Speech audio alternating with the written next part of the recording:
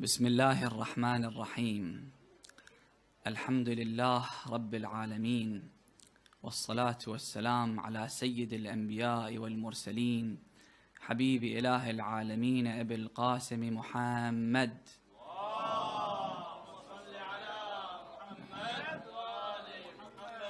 وعلى أهل بيته الطيبين الطاهرين المعصومين المكرمين، سيما محمد بن علي باقر العلم بعد النبي، علم الهدى وإمام أهل التقوى، وعلي بن محمد الهادي، حجتك على خلقك وخليفتك في أرضك وسمائك.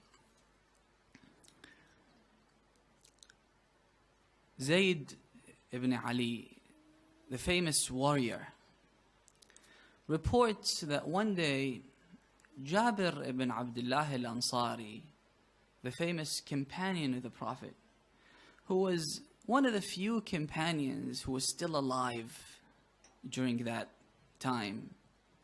He was a blessing to the people of Medina. He was very old and frail. He came to visit my father, Imam Zain al-Abidin. He was sitting with my father, chatting with him, talking to him, when all of a sudden my brother Muhammad came out of the room.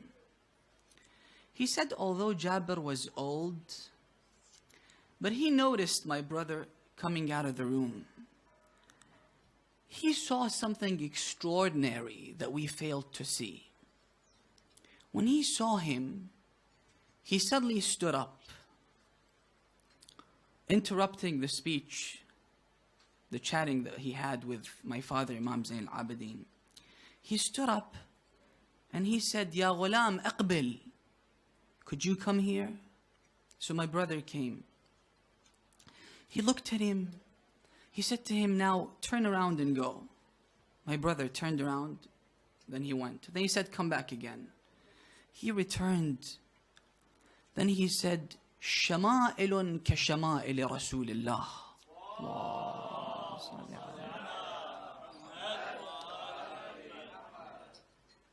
Strong resemblance between him and Rasulullah. Same features, same characteristics, same traits. What's your name? He said, my name is Muhammad.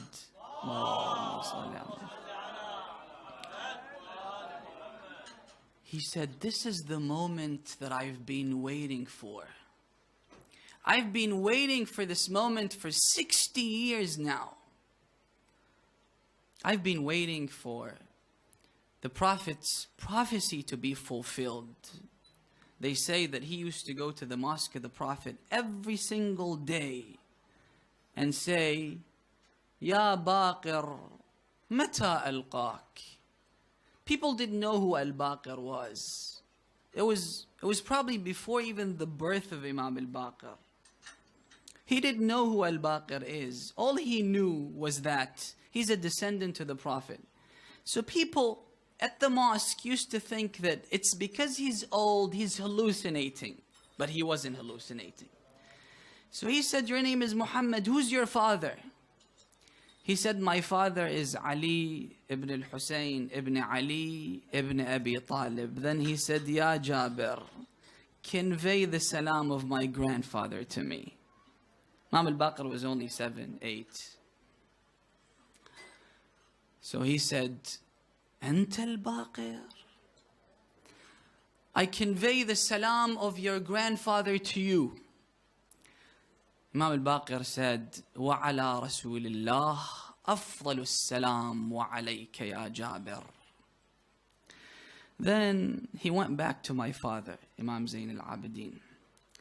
He said, Ya ibn Rasulullah, one day Rasulullah said to me that you will live long enough to meet my son, my grandchild, Muhammad ibn Ali al-Baqir. يبقر العلم بقرا اسمه اسمي. His name is like my name. علمه علمي. His wisdom is my wisdom. His knowledge is my knowledge. And I've been waiting for this moment all along. And I think I will be meeting my fate. And some historians say that he died later, during that same evening. Now, these words from the Prophet carry a great deal of weight, because the Prophet is saying that his knowledge is my knowledge. His wisdom is my wisdom. And you can't find anyone that looks like me other than Muhammad ibn Ali al-Baqir.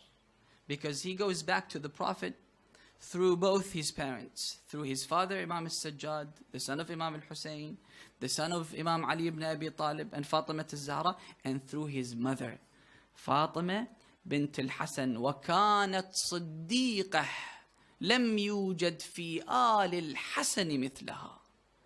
Imam Ali ibn Abi Talib was a Hashemite from his father's side and his mother's side. He was the first Hashemite from both his parents. And Imam al-Baqir was the first Alawite from both his mother and his father, Imam Zayn al-Abidin alayhi salam. His knowledge is my knowledge. This is why our scholars, they spend years dissecting every letter of every word, of every sentence, of every statement that Imam al-Baqir alayhi salam made. We're here tonight to celebrate the birth anniversary of two giants. And I only have 5 minutes left. So there's little I could do to do justice to these great individuals. But what I'll do is I'll shed light on one hadith that was narrated by Imam al-Baqir alayhi salam, and we'll try to maximize our benefit from this narration. Imam al-Baqir alayhi salam says, Al-Kamalu Kullul Kamal. If you want to attain perfection, if you want to become virtuous, you need to do 3 things. Al-awwal fi at-tafaqquh fi ad-din. What you need is to acquire insight into religion. Practicing religion is important, but gaining the understanding and the philosophy behind the religious practices is more important. As the hadith says, بَعْضُكُمْ أَكْثَرُ صَلَاةً مِنْ بَعْضٍ. Some might pray more than others, some might fast more than others, some might give charity more than others. But the best amongst you is the one that has more ma'rifah and insight. Why?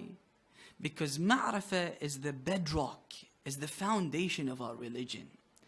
It's what enables you to carry out your religious duties. For example, if I come here tonight and speak and tell you to be kind to your parents, to respect your parents, you may or may not be respectful to your parents.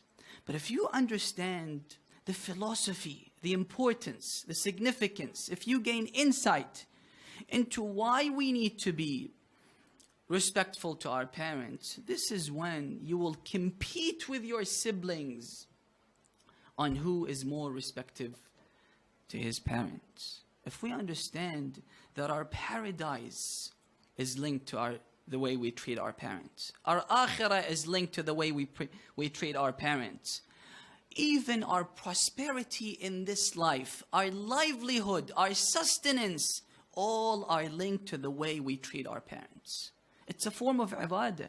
The hadith says that if you look at your parents with kindness, it's as if you're worshipping Allah subhanahu wa ta'ala. And if you frown in their face, لَمْ يُقْبَلْ لَهُ صَلَاةٌ. Allah subhanahu wa ta'ala will not accept a single salat from you. And you haven't even said anything, you're just frowning. So understanding the philosophy, understanding the gaining an insight into why we need to respect our parents is much more important than our practices, religious practices. Or for example, with salat. Sometimes we might pray on time, and usually it's seasonal religiosity. But if we understand the importance of salat, why we pray, we will be like the Prophet, we will follow suit in the footsteps of Rasulullah, who used to say to Bilal, Ya Bilal, arihna, whenever it was prayer time. Arihna, comfort us, O Bilal. The hadith says, and I think I mentioned this hadith, the hadith says that sometimes when you don't pray on time, yafutuhu, you will miss out on something that is more precious to you than your wealth and your children. ما هو أعز عليه من ماله وولده. The philosophy of salat is to understand that we are in need of Allah subhanahu wa ta'ala, and that God is self-sufficient. This is why the hadith says, when you finish your prayer and don't ask God for anything, Allah subhanahu wa ta'ala will tell the angels to take that salat and hit that salat with his hit the salat on his head, saying that this guy thought that he is not in need of me. I don't need his salat. I don't need his salat. So gaining an understanding is what we need. This is why Imam Sadiq in another hadith says, لَيْتَ السِّيَاطَ عَلَى رُؤُوسِ أَصْحَابِي. If I can force my companions to go and learn, to seek understanding into their religion, I would do that. I would force them to go and learn. Because for them to maintain religiosity, to remain religious, they need to acquire an understanding into their religious values. التفقه في الدين. Number 2, والتقدير في المعيشة. This pertains to the financial aspect of our lives, which could pose a challenge to us. Why? Because we all need to work. We all need to earn money to be able to live, right? But the 3 main questions that we need to address is, how much money do we need? And the second question is about the source of our livelihood. The third question is about where the money is spent. These are the 3 main areas that need to be addressed. Now, if someone lacks the understanding, doesn't have taqdeer al-ma'isha, this will open a window for the shaitan to entrap you. إن الشيطان يعدكم الفقر. For example, you're in need of a car. A $5,000 car would do. But you aim high and buy a $100,000 car. But because you don't have the money, you need to get finance for the car. But you won't be able to give the repayment, the monthly repayment, because you have other financial obligations. This is when the shaitan will come. This is when you will start to think about gaining money from illegitimate sources. Let's fake an accident and make $20,000 of haram money from an insurance company. Why? Because you did not have a taqdeer fil ma'isha. Or for example, if you could afford buying a fancy house, go ahead and buy it. قُلْ مَنْ حَرَّمَ زِينَةَ اللَّهِ الَّتِي أَخْرَجَ لِعِبَادِهِ. But if you can't afford, why aim high? One of our scholars says that one day, I was in the holy city of Mashhad. I caught a taxi. The taxi driver was a 21, 22-year-old guy. It was maybe 2 a.m. As usual, I usually ask youngsters about their marital status, whether they're married or not. So he said that I asked him, are you married? He said, yes, I'm a newlywed. I got married last month. I said to him, then, shouldn't you be with your wife? You got married last month, but you're working in the middle of the night. He said, I need to work. And I work 3 shifts in the 24-hour cycle for 18 hours. Not only me, but my wife as well. When I go home, me and my wife, we're like 2 dead corpses when we're together on bed, because we have to wake up early in the morning again to work. I said to him, but why? He said, because of all the financial burdens that have burdened my back. He said, but why? He said, because of the marriage ceremony. I spent tens of thousands of dollars on one night. Just for the gown, I spent like $10,000. I invited everyone. I rented the fanciest hall in town. I said, but why? He said, out of ignorance. وَالتَّقْدِيرُ فِي الْمَعِيشَةِ. Then he said that I need to work like this for 5 years continuously to be able to pay my debt. وَالتَّقْدِيرُ فِي الْمَعِيشَةِ. Otherwise, the shaitan would come. You will lose your balance. Because this is something that we're all concerned about. Number 3, وَالصَّبْرُ فِي النَّائِبَةِ. You need to have patience. You need to display patience in the face of calamities, because no one, whether you're a king or a peasant, rich or poor, we all need to face tragedies in life. So what you need to do is use the weapon of patience in the face of these tragedies. Otherwise, no one is exempt. With these 3 things, you would be able to maintain religiosity and remain religious. Otherwise, you will lose the balance. هذا والحمد لله رب العالمين وصلى اللهم على محمد وأهل بيته الطيبين الطاهرين.